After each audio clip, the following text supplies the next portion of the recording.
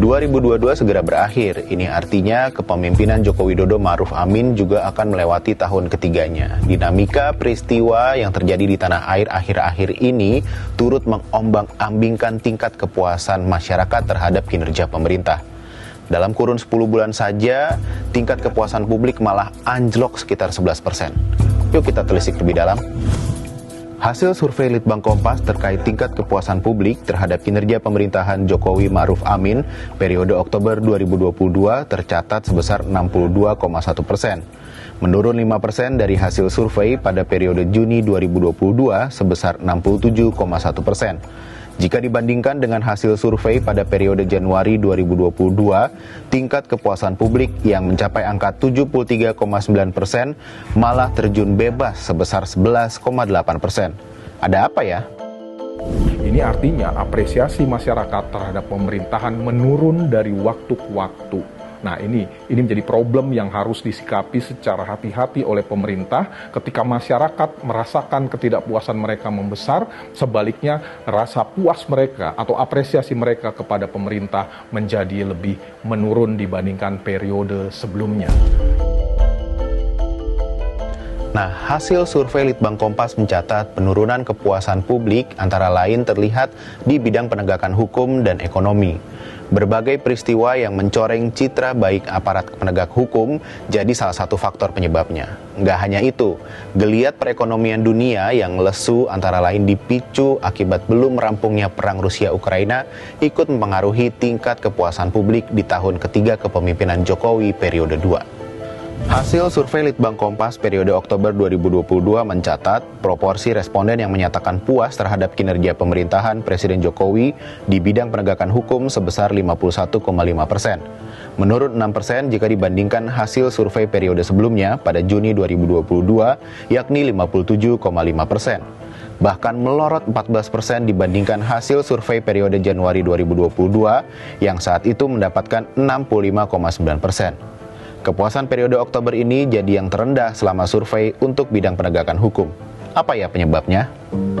Sejak semula kita berhadapan dengan kasus-kasus penegakan hukum di level keamanan masyarakat misalnya, bagaimana kita melihat tindakan-tindakan ataupun kinerja yang terjadi yang berkaitan dengan masalah aparat kepolisian, berbagai macam kasus yang berkaitan dengan masalah kepolisian sebagai penegak hukum di negeri ini, itu menjadi problem yang terbesar yang dihadapi masyarakat.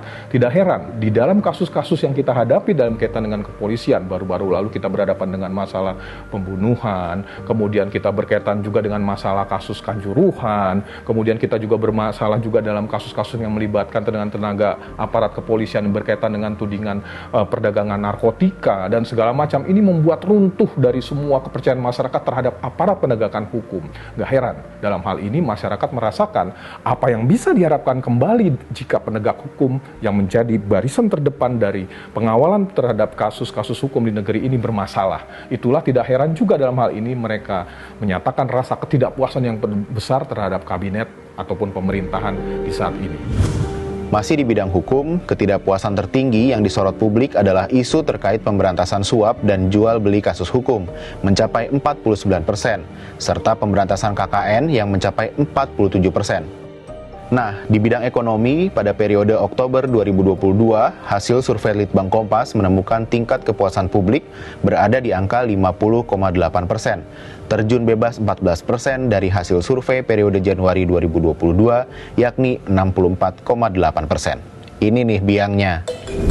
Kenapa demikian? Tentu saja kita melihat bagaimana situasi di tahun ini, terutama pasca kenaikan harga minyak BBM, itu membuat terjadi kenaikan-kenaikan harga.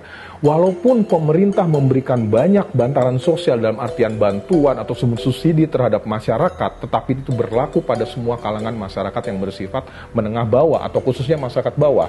Dan pada saat ini, kalau kita cek, masyarakat yang berpendidikan atau berstatus sosial menengah ke atas, kecenderungan ketidakpuasannya lebih besar ditunjukkan terhadap pemerintah dalam mengatasi problem itu. Tidak heran.